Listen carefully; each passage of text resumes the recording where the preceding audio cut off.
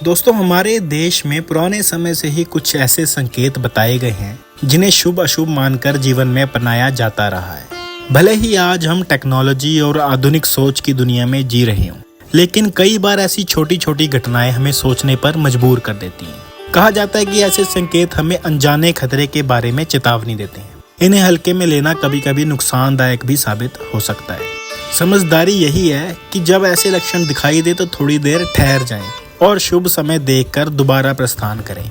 इस विषय में पंडित अद्वैत रेणव जी ये 7 बातें बता रहे हैं, इन्हें आप समझ लें। पहली बात, घर से निकलते ही जूता या चप्पल टूट जाना। अगर बाहर निकलते ही आपका जूता या चप्पल टूट जाए तो इसे अच्छा संकेत नहीं माना जाता। माना जाता है कि इससे यात्रा सफल नहीं होगी और बीच रास्ते में ही अड़चन आ सकती है। दूसरा, मरा हुआ जीव रास्ते में दिखना।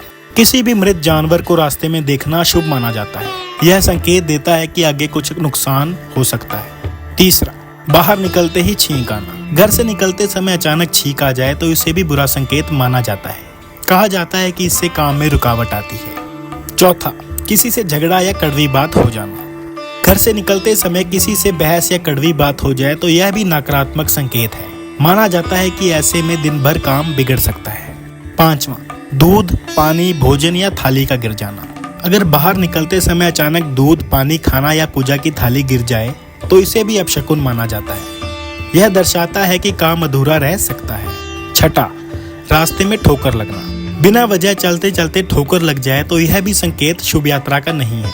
कई लोग ऐसे समय घर लौटकर दोबारा निकलना बेहतर समझते हैं। सातवां, दीपक का अपने आप बुझ जाना।